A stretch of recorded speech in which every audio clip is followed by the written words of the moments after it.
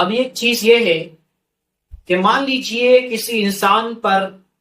جادو کیا گیا ہے یا کسی نبی پر جادو کیا گیا ہے، تو اس جادو سے بچنے کا کیا طریقہ ہے؟ یا کوئی ایسا عمل ہے کہ جس کو اختیار کیا جائے تو انسان کے اوپر جادو نہیں کیا جا سکتا، انسان جادو سے محفوظ ہو سکتا؟ تو اس سلسلے میں اللہ کے نبی صلی اللہ علیہ وسلم سے 3 چیزیں نقل کی گئی ہیں کہ آپ علیہ السلام نے جادو سے بچنے کا یہ طریقہ بیان کیا ہے اور فرمایا ہے کہ ایک مسلمان کو چاہیے کہ وہ جادو سے بچنے کے لیے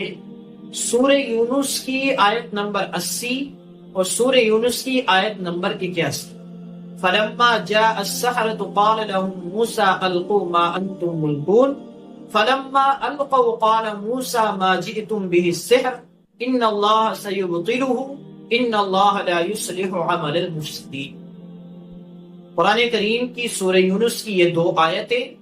اور اسی طرح معوذتین یعنی کہ سورۃ الفلق اور سورۃ الناس، یہ دونوں صورتیں، اور اسی طرح ایک دعا بسم اللہ الذی لا یضر مع اسمہ شیء فی الارض ولا فی السماء وهو السمیع العلیم، یہ 3 چیزیں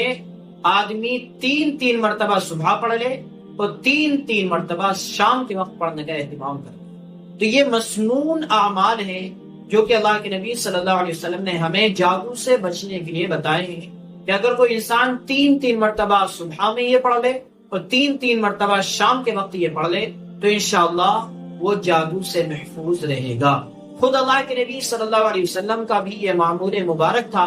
کہ آپ علیہ السلام کے اوپر جب قرآن کریم کی یہ دونوں صورتیں سورۃ الفلق اور سورۃ الناس نازل ہوئی ہیں تو اس کے بعد آپ علیہ السلام مسلسل صبح میں بھی اور شام میں بھی ان دونوں صورتوں کو 3 مرتبہ پڑھنے کا اہتمام کیا کرتے تھے۔ چنانچہ روایات کے اندر آتا ہے کہ اللہ کے نبی صلی اللہ علیہ وسلم مسلسل ان دونوں صورتوں کو صبح اور شام پڑھنے کا اہتمام کرتے تھے، اور جب اللہ کے نبی صلی اللہ علیہ وسلم آخری زمانے میں بیمار ہوئے تو اس وقت امی عائشہ رضی اللہ تعالی عنہا یہ 3 مرتبہ سورۃ الفلق اور 3 مرتبہ سورۃ الناس پڑھا کرتی تھیں، اور پھر اللہ کے نبی صلی اللہ علیہ وسلم کے ہاتھوں پر دم کیا کرتی تھی، اور پھر اللہ کے نبی صلی اللہ علیہ وسلم کے ہاتھوں کو آپ کے جسم مبارک پر پھیر دیا کرتی تھی۔ تو گویا کہ بیمار ہونے سے پہلے اللہ کے نبی صلی اللہ علیہ وسلم یہ عمل کیا کرتے تھے کہ 3 مرتبہ ان دونوں صورتوں کو پڑھتے تھے اور اپنے ہاتھوں پر دم کرتے تھے اور پورے جسم کے اوپر پھیر لیتے۔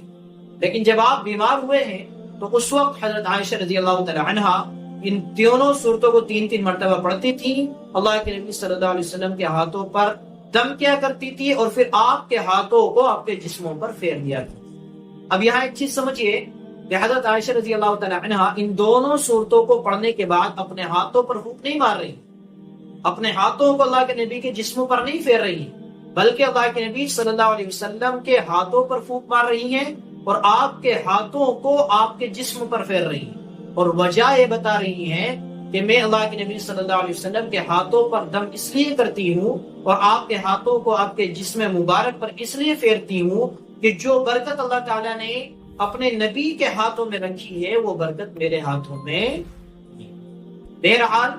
معوذتین یعنی کہ سورۃ الفلق اور سورۃ الناس ان دونوں صورتوں کا پڑھنے کا اہتمام اللہ کے نبی صلی اللہ علیہ وسلم نے بھی کیا ہے، اور امت کو بھی یہ تعلیم دی ہے کہ وہ ہر صبح اور شام 3 مرتبہ سورۃ الفلق اور سورۃ الناس پڑھنے کا اہتمام کریں، اس کی برکت سے انشاءاللہ وہ جادو سے محفوظ رہے گی۔ تو اس طرح ایک انسان جادو سے بچ سکتا ہے اگر کوئی انسان ان 3 چیزوں کو صبح اور شام 3 مرتبہ پڑھنے کا اہتمام کرے گا تو اس کی برکت سے انشاءاللہ وہ جادو سے محفوظ رہے گا۔